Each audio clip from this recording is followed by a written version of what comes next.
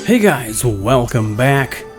I don't know about you, but I'm a bit tired of watching the same old Neo Geo arcade games being featured over and over on top 20 lists all over YouTube, cause the system is mainly known as a fighting games powerhouse. As you know, I'm not a big fan of fighting games, but instead, I absolutely love side-scrolling beat-em-ups, as you've witnessed in the past if you usually watch my content. So if you wanna discover a few more arcade games that deserve a bit of your time, that aren't one-on-one fighting games, here's my top 26 Neo Geo titles that I indeed played back in the glory days of arcade gaming and still do nowadays using my A500 Mini, my Ambernic RG353M, and on my PC using the Hyperspin front end. Let's take a look. Alpha Mission 2.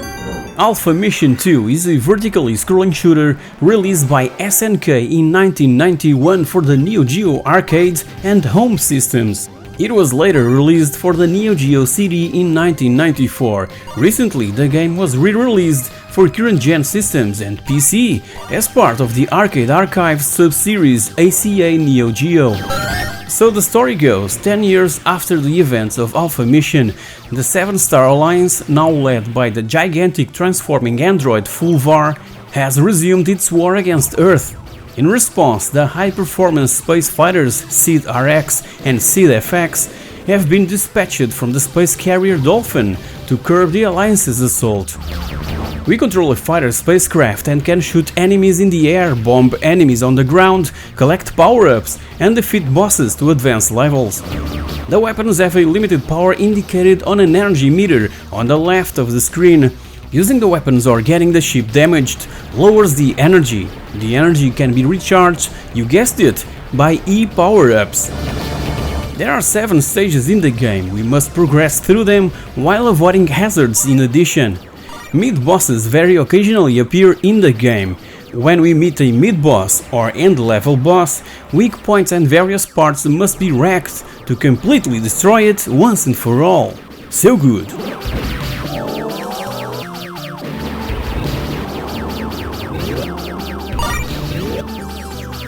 Blues Journey. Blues Journey, also known as Ragui, the name of the planet where the action takes place, is a side-scrolling platformer originally released in 1991 by ADK for the Neo Geo and later ported to the Neo Geo CD in 1994. We control Blue, and the second player controls a mirror image of Blue, referred to as Shadow Blue, with the game playing like a typical side-scrolling platformer, in many ways resembling the good old colorful platformers present on the Commodore Amiga. Blue's main form of attack is to drop a large leaf, which can either stun or be picked up and thrown at enemies. Aside from attacking and jumping, Blue can also shrink in order to cross small gaps in the scenery. As the story goes, Ragui was a beautiful planet full of nature inhabited by insect humans known as Insectorians. However, a few years ago, after the Daruma clan arrived from another planet, Ragui became more and more polluted. Meanwhile, Blue, a boy who uses a martial art called Leaf Art, heads to battle with the Daruma clan to save his unanswered love, Fa, the second princess of the Ragui royal family. The game is 4 stages long, though we can choose which stage to visit after beating a boss, adding to the game's replayability. Scattered along the levels are various shops where we can buy power-ups, as well as houses inhabited by NPC characters which can give us hints or ask for specific items. The game has multiple endings, which are decided depending on our actions during the game.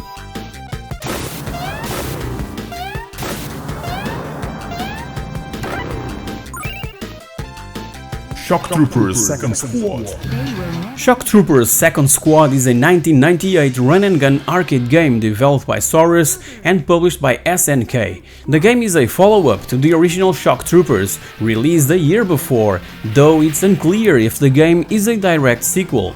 And spoiler alert, I prefer the original one. So damn good. DIO, a terrorist organization led by a man called Nakatomi, has threatened the world's leaders to submit to their will. After DIO completely eradicates a city, a squad of shock troopers are sent to deal with the threat. Most of the basic gameplay aspects from the original game are present in this sequel, or it's not a sequel, I just don't know. The roll or dodge is set as a leaping somersault, which travels a little farther than before.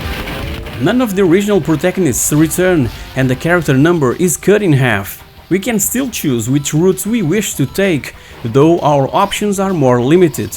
The team battle mode has also been omitted and replaced with the standard 2-player co-op, and the option to play as the same character was also removed.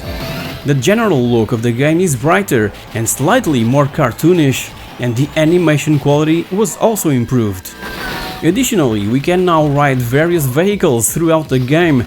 Characters and enemies are more vocalized than before, and if we come face to face with the final boss, we can experience a different ending depending if we defeat the bastard in a given time limit.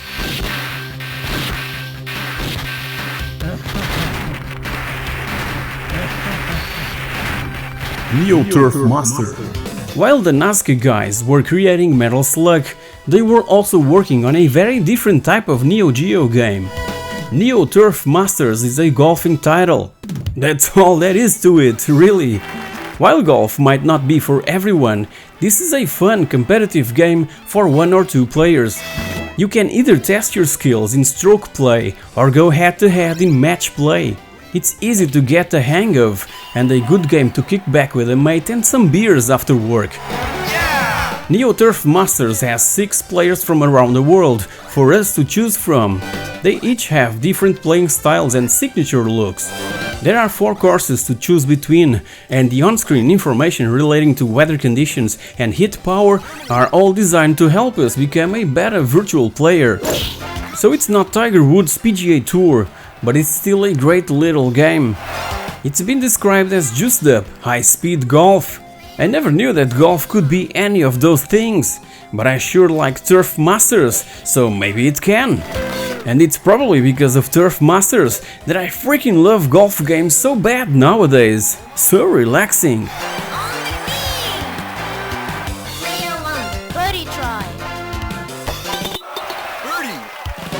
Spinmaster. The next title in my list of the best Neo Geo games is treasure-seeking action at its finest. Who doesn't dream of one day acquiring a fifth of a mysterious treasure map and heading out to find fortune and glory? Fortune and glory. That's exactly what Spinmaster provides, hugely inspired by Joe and Mac Caveman Ninja, with cartoon-style laughter along the way, a game that was released back in 1993 by Data East and known in Japan as Miracle Adventure. Johnny is a treasure hunter who finds a piece of sad map. It's worth pointing out that the map was left by someone who is continually referred to as the mysterious guy. I wonder if the developers just ran out of names or thought that would do. Anyway, back to the game. Wielding a yo-yo and a brain overflowing with the need for adventure, Johnny must head out to save his girlfriend from a mad scientist. You know the type. He also has to retrieve his piece of the map that was stolen at the same time. Talking about having your world blown apart, right? Play on player or team up with a friend to bring sweets and candies back to the world. Save your beta half and find treasure while you're at it. Beta weapons such as throwing stars can be picked up along the way. And there's plenty of Betty bashing action to keep you captivated time and time again.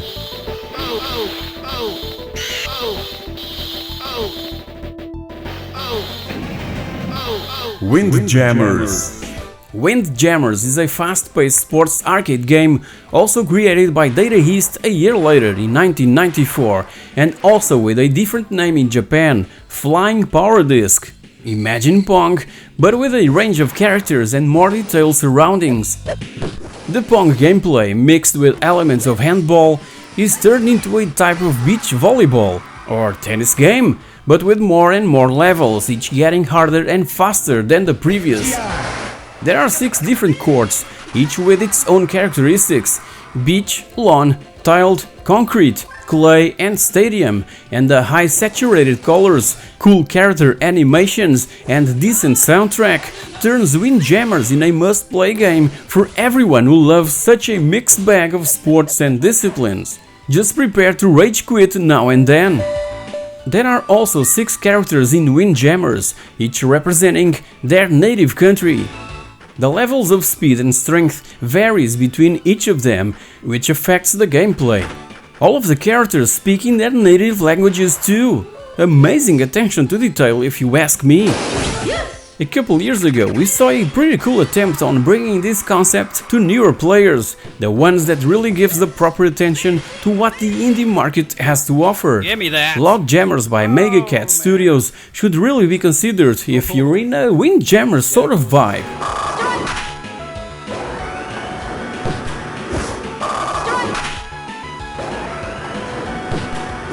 Cyberlip. Cyberlip instantly wins the award for the best game cover art out of any Neo Geo title. Cool dudes with big guns, explosions and a creepy hidden face. This game has got it all. Cyberlip is a horizontally scrolling fast-paced side-scrolling action platformer released by SNK in 1990 for the Neo Geo, with some huge firepower available and boasts some of the weirdest bosses of any title I've ever played. It's based in the future between 2016 and 2030, so it's happening right now.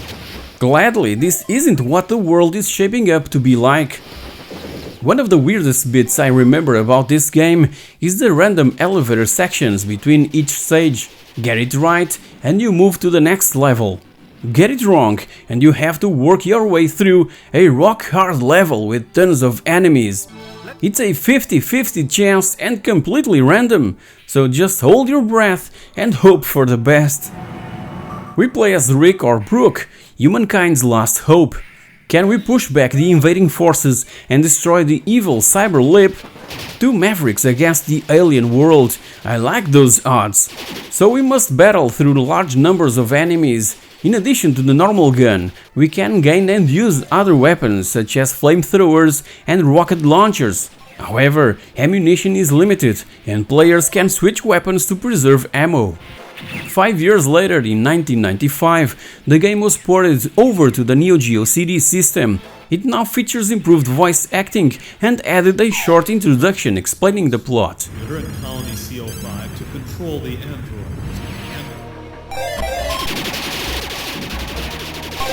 NAM 1975. NAM 1975 is unsurprisingly a game about the Vietnam War, albeit a fictionalized account of it. It's essentially a shooting gallery game. Think Duck Hunt with soldiers instead of ducks. And it was the very first game released for the Neo Geo. We control 2 soldiers tasked with finding a doctor and his daughter, kidnapped by Vietnamese forces. However, as the game progresses, the armies learn that Dr. Muckley, that's the doctor's name, is a madman who is building a gigantic laser cannon to take over the world himself. The game has 6 stages, played either through single-player mode or 2-player co-op. We move a crosshair and our soldier from side to side, Cabal style, while gunning down enemies on the other side of a river. It's pretty easy to pick up and addictive as hell once you get started. NAM 1975 was one of the back-in games that launched with the Neo Geo back in 1990, making it a very popular game for the system. A curious fact was that many copies of this game were censored due to the female character on the front cover showing a bit of thigh and cleavage. Yes, because female soldiers suddenly lose their thighs and chest before signing up. As such, some game boxes bear marker pen censorship to cover these parts up. Yes, marker pen, very high-tech.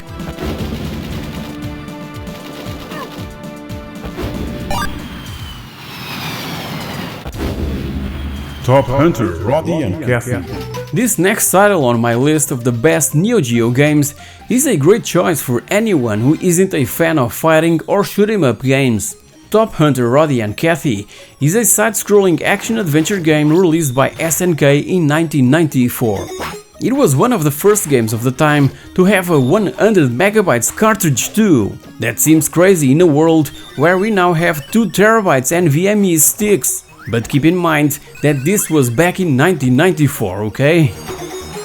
There are similarities to the King of Fighters series in that Roddy and Cathy have special moves that can be pulled out when facing off against bad guys. Apart from that, the series has a Donkey Kong Country feel about it. The worlds in Top Hunter are colorful and fun to play through. At times, they remind me of Taz's Escape from Mars, but Roddy and Cathy are far cooler characters. They are bounty hunters, and they've been charged with defeating a band of space pirates. They must travel through 4 worlds: ice, forest, wind and fire. The layouts of the stages change depending on which one you pick first, so I guess there's actually 16 worlds if you think about it. Top Hunter received great reviews from critics at the time and high praise for its soundtrack and memorable bosses. Give it a go if you haven't already.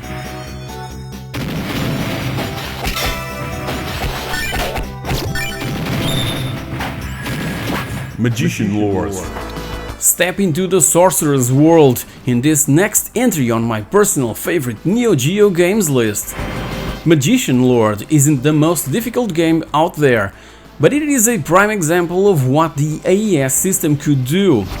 It's a side-scrolling platform game developed by Alpha Denshi in 1990 and was a launch title for both the Neo Geo MVS and AES systems, being even one of the pack-in games for the Neo Geo AES home console. It was later also included in the SNK Arcade Classics Volume 1 released for the PlayStation 2 and PlayStation Portable in 2008. Back in the time period when Magician Lord was released around 1990, it was the game with some of the richest colors and best musical tracks of any side-scrolling game on any console available by then. It was mind-blowing. Like a cross between Metroid and Castlevania, Magician Lord is fun to both play and watch, and both the maze-like puzzles and memorable bosses will keep you well entertained. The story revolves around the evil Burk called Gal Ajiz, who has broken free of a prison that he was locked inside. He steals the tomes that were used to imprison him in the first place and tries to bring the god of destruction named Azators back to life. A magician named Alta with a wizard staff and much bigger crystal balls than I would have in this situation comes to the rescue.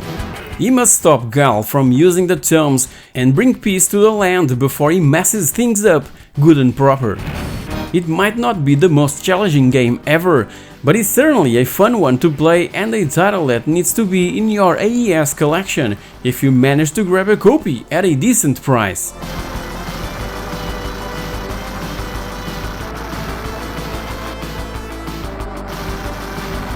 The Last Blade 2. Okay, I know. I said that I would leave all fighting games out of this top 26, but I can't just forget about the amazing graphical effects present in The Last Blade 2. Isn't this incredible? Despite SNK mentioned at some point their interests in continuing where they left off, The Last Blade 2 was until today the final entry to the Last Blade series. It was first released in arcades in November of 1998, later receiving several home console versions including the Neo Geo AES and the Neo Geo CD, a Dreamcast port and a Neo Geo Pocket Color conversion. As I've mentioned, The Last Blade 2 is stunning, with sprites exquisitely drawn and with a suitable soundtrack that, given the now known limitations of the technology, blew everyone away back in the day. The game promotes a peaceful, serene atmosphere even as characters are sliding twain at the hands of their victorious opponents. Of course, it's not a game that dwells on death. To focus so heavily on the end of the fight would be to do a disservice to the struggle that precedes it, and The Last Blade 2 refined the excellent mechanics of the first game. A new EX gauge combines aspects of the power and speed gauges, and each of those gauges receives tweaks. Power players can perform super cancels out of special moves, while speed players get preset combos. However, it's the new characters that will be of most interest to players, and they are an excellent bunch. As said, the Last Blade 3 never happened, but this second game was and is so good that it didn't need to.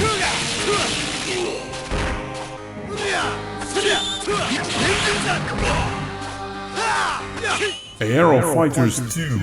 I'm mixing things up now, with a vertical scrolling fighter pilot game that will make you feel like you've just parachuted out of an airplane. It uses two buttons, A to fire and B to drop bombs, as well as the joystick to move around the screen. It's simple to use, it's great, and did I mention that it's so simple to use? Yeah. Seriously though, this game rocks. Destroy armored planes and enemy buildings while picking up power-ups and money bonuses along the way.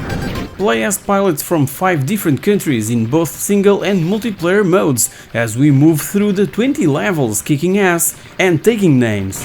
It's a perfect game to play after a long day of number crunching or brain taxing people bossing, and a worthy addition to my compendium of the best Neo Geo games ever. Try it out if you haven't.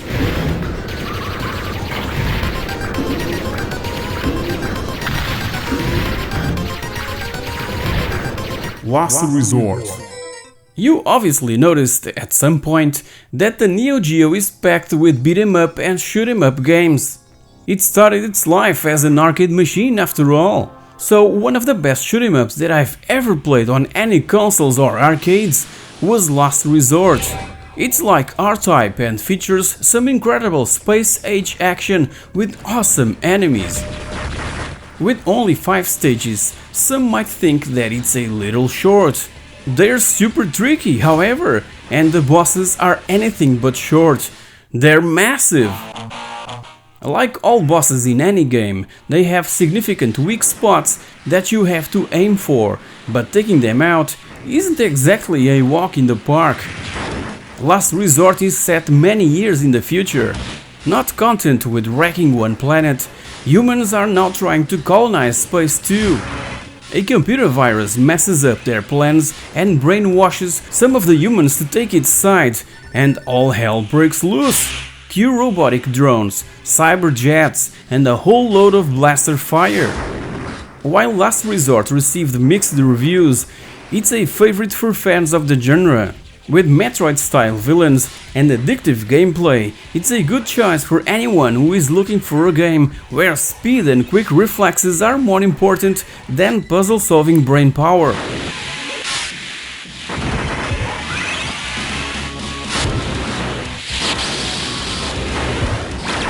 Blazing Star. If you're a fan of space-age battle games such as Star Fox, Star Wars and Metroid, then the next game on my list will be right up your alley. Say hello to Blazing Star. This side-scrolling sequel to Pulstar is well renowned as one of the best shoot 'em ups on the system and has been praised by critics for its intense boss battles, detailed stages and graphics. Cyborgs are turning against the AI that built them in a bid to stop the rise of a cybernetic army. You, the player, must take charge of one of these rebel cyborgs and the ships that they control, each ship having different firepower, shot styles and speeds. Much like Lilith Wars, you can pick up power-ups and extras as you progress through the levels, button mashing away to your heart's content. Enjoy both single-player and multiplayer modes from the comfort of your couch, or install into an MVS unit for that ultimate Stranger Things style arcade experience in your garage or living room, if you can afford it, that is.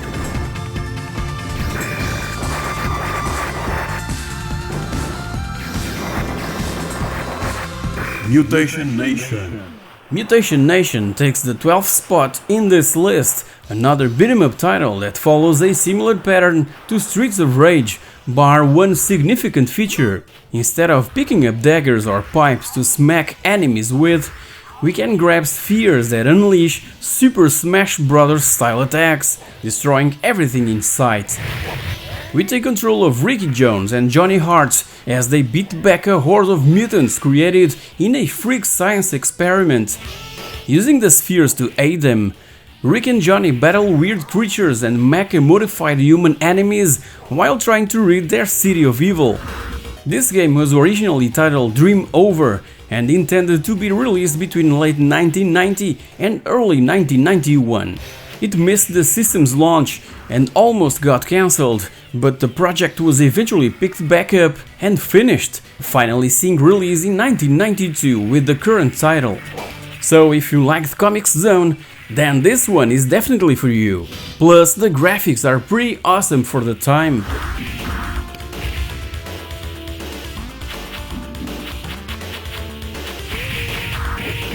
Puzzle Bobble 2. Puzzle Bobble 2, also known as Bust a Move Again, is a tile-matching puzzle game released in 1995 by Taito for arcades and ported the same year to the Neo Geo. But you already knew that, didn't you? This classic bubble-popping puzzler didn't change an awful lot in its second outing, but it managed to gain some attractiveness to players with new modes. A tournament mode simulated the two-player game, while the predefined puzzle mode increased its longevity with branching paths and multiple endings. A story mode has been added as well, expanding on the versus mode from the Super Nintendo port of the previous game, where players face off against various computer-controlled characters. Just out of curiosity, the game forbids the initials SEX on the high score table. If you try, it gets changed to AAA. Yeah.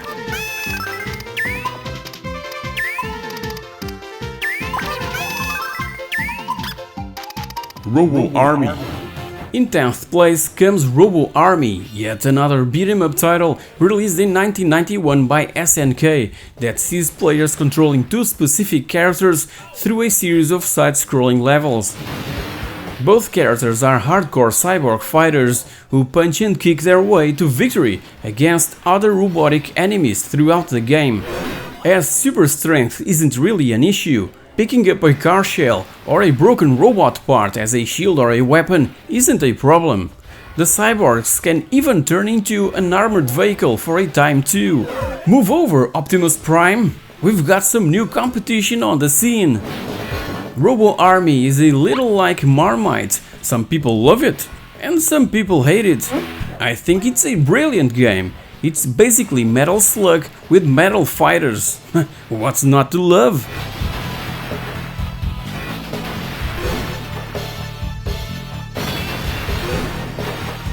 Neo Bomberman. You've all heard of Bomberman, but did you know that there was one specifically made for the Neo Geo?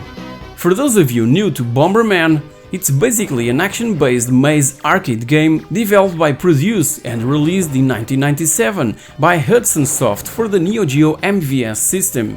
It was never released on the AES home console and was never ported to other systems to my knowledge. In this game you take control of the Bombermans obviously. The main objective is destroying all of the monsters in the stage. To destroy them, you'll need to place bombs to block them, and then blow them up. Yeah, the good old formula, you know the drill. Once you kill all of the monsters, the gate to the next level opens up. Again, each one is filled with more and more monsters, harder than the last. With special abilities to make it easier and yourself more powerful, each level is like a puzzle. Where will you go? Where will you place your bombs? And will you prevail? An awesome and extremely addictive game indeed.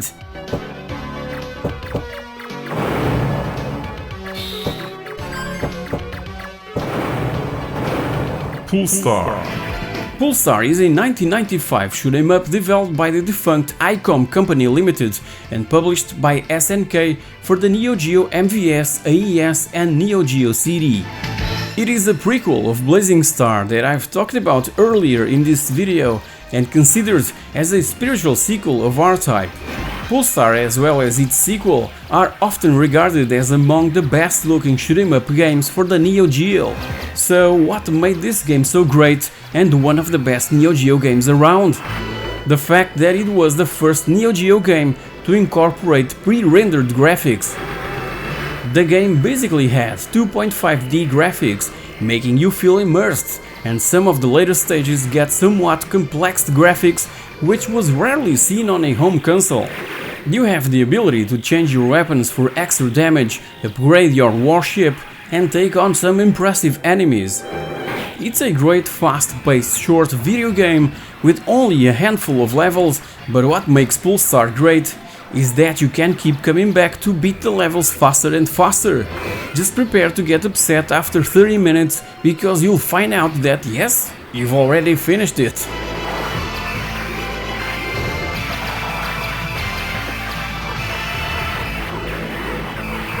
Overtop. Overtop is a top-down rally racing game with an isometric view where we race against the clock. 8 different vehicles are available to choose, each being more suited to a different environment. Each track has their own weather conditions that changes how the car is controlled through the track, as well as shortcuts to gain advantage against opponents, which I found amazing on an arcade game and always left me out of coins to continue playing. Yeah. It was created by most of the members of the same team that previously worked on several projects at ADK, like Magician Lord, also featured in this top 26, and was first released by SNK for the Neo Geo MVS on April of 1996, being also released a month later for the Neo Geo AES. Talking about the AES, the Japanese release for the home console has since become one of the most expensive titles on the platform, with copies of the port reaching over the top values on the second-hand video game collecting market. It was re-released for the Neo Geo CD by ADK on September of 1996 and many years later received multiple re-releases in recent years on various digital distribution platforms. It is considered as a spiritual successor to Thrash Rally, which I found awkward, cause I can't see any resemblances between the two, honestly. But I'll talk about that one in just a bit.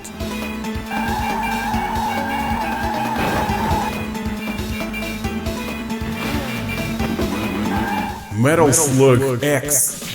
Everyone knows and plays at least one entry in the Metal Slug series. Even so, I'm gonna break it down just a bit. So, Metal Slug X is a run-and-gun video game in the Metal Slug series.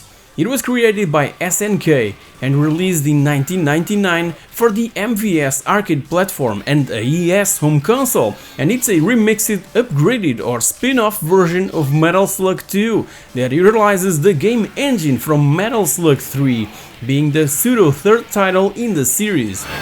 It was later also ported to the Sony PlayStation and as part of the Metal Slug anthology for the Wii, PlayStation 2 and PSP. It was as well available for download on PlayStation's network and for the PlayStation 3 and PSP back in 2007. It is believed that the main reason for SNK developing Metal Slug X was that Metal Slug 2 had issues with severe slowdown during several stages of gameplay. This issue is practically non-existent in Metal Slug X, allowing for way more carnage to take place before the system began to struggle. So, SNK made the game harder by increasing the enemy count, giving us a lot more bad guys to slaughter. And all of the old weaponry is available in powered up form, allowing us to deal even more damage to the opposing forces.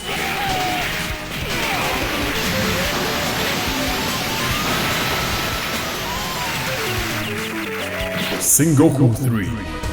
Sengoku 3 is a side-scrolling beat-em-up game developed by Noise Factory and published by SNK. The game is the third and final title of the Sengoku series.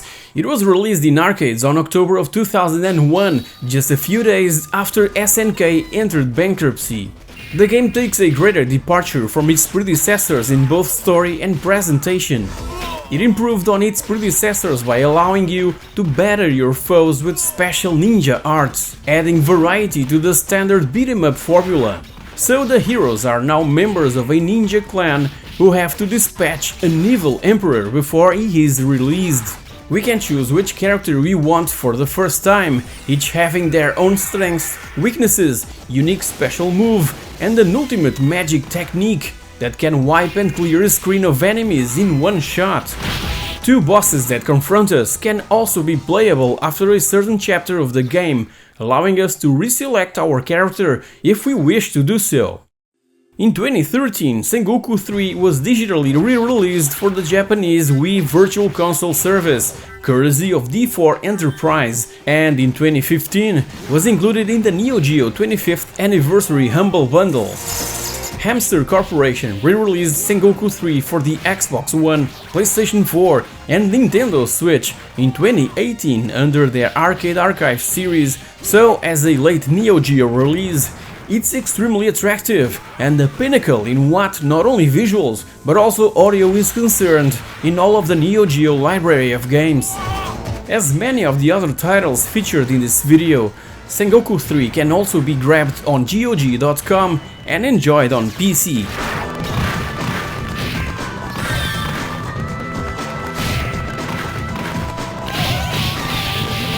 Thrash Rally. Now comes one of the greatest racing games ever made, at least one of the most meaningful to me, that game that has got something that keeps me glued to it time and time again, even nowadays. You know why? Well, because it was based on the Paris-Dakar off-road event, that's why. You know that I'm crazy about the Dakar, but not just that. It's based on the most amazing Paris-Dakar race ever held in the history of the event, the 1992 edition. That year the race went from Paris in France to Cape Town in South Africa. Yeah, that's right! 4 freaking weeks of furious racing through the most diverse environments we ever got to see in a race of this scope. 1 entire month packed with Dakar action. What a dream come true!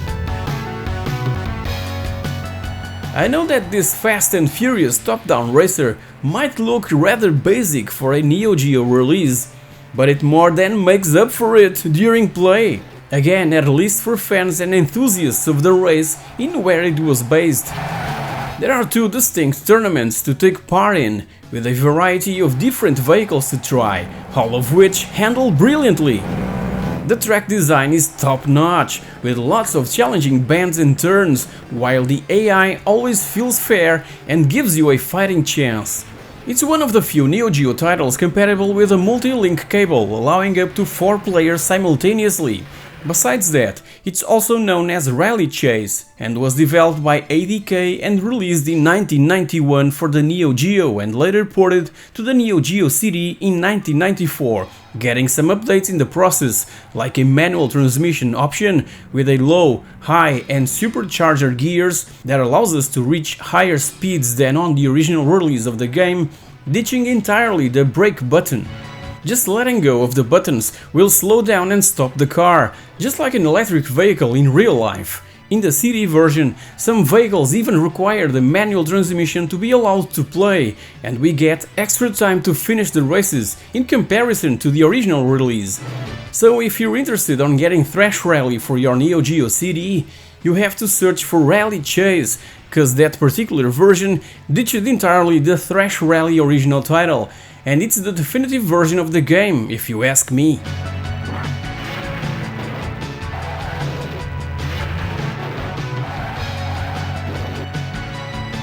Metal Slug 3.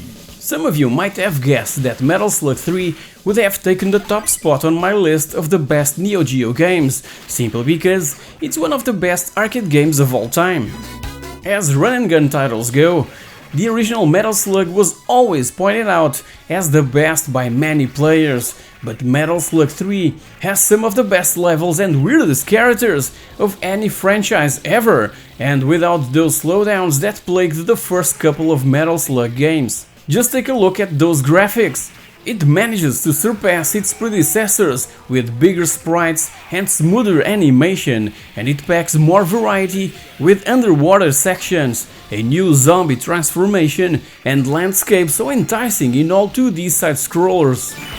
There's the aftermath of a war, mutant crab warriors and a nice cloud formation to balance it all out. Honestly, I've put so many hours away on this game over the years, and I never get bored of going back to gunning down aliens and putting up Morden's troops as we join forces to defeat the final boss. It's even featured on my top 10 favorite PlayStation 2 games episode. Check it out! I don't want to give too much away, Get onto the internet and grab a copy of your own Metal Slug 3 to experience this stunning game firsthand.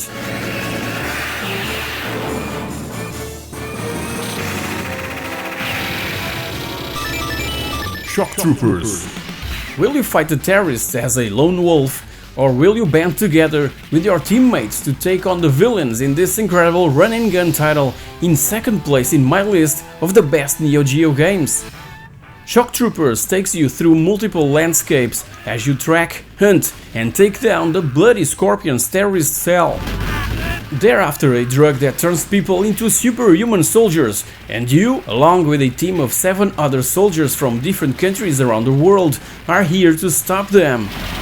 Go it alone or control one of 3 soldiers at a time as you make your way through mountains, jungles and valleys in search of the scum that kidnapped an old scientist and his attractive granddaughter, obviously.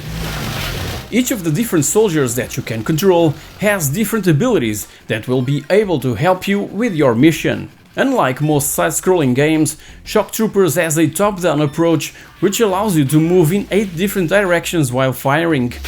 You can run around enemies and attack them from angles, picking up point bonuses, extra items and life as you go.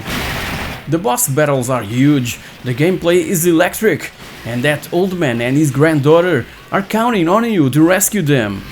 What are you waiting for? Go get him!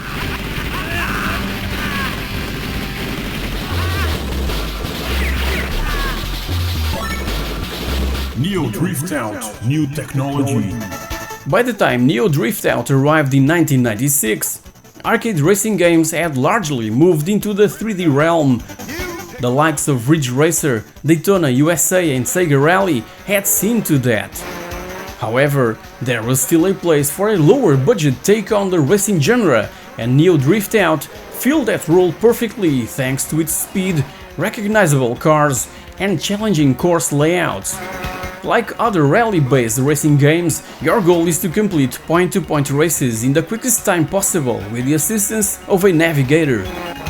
It was developed by Visco and later also released for the Neo Geo CD and uses an isometric view and simple controls. Unlike other racing games, the objective here is to finish each race before the timer runs out, regardless of your position. Failing to beat the race under the amount time will give an instant game over. During the races we must watch out for hazards such as puddles and rocks on the track, which can hinder our progress and make us lose precious seconds. When we approach a curve or large obstacle, a warning sign will appear on the screen pointing the direction to follow, along with the game's narrator shouting the direction as well. The tracks have also a few shortcuts which are pointed out, as well as checkpoints halfway through which will give us more time. What makes Neo Drift Out so challenging is its extreme sense of speed. Your car is always situated on the edge of the screen because you'll need the full width of it to react to those obstacles. Despite the use of a joystick as opposed to steering wheel controls, you'll feel the weight of your car in every turn, and often your success or failure will depend just as much on skillful handling of corners as avoiding hazards, and the difference between success and failure is measured in split seconds in this game.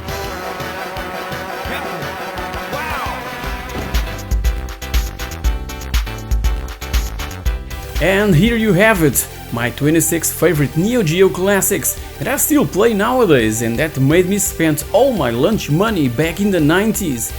Tell me down in the comments section below your personal favorites on the system, and please bear in mind that I totally agree that fighting games are indeed the genre that the system is best known for. Just ask my buddy Retro Game Force and he will tell you. Pay him a visit and you'll find a true fan of the Neo Geo that has got a pretty respectable collection of related items. He also contributed to this video, so thanks mate, you rock! If you've enjoyed this episode of It's a Pixel Thing, please like, share, subscribe and click on that bell icon so that you're notified when all my future content becomes available. Thank you very much for watching and I'll see you all in my next video. Cheers!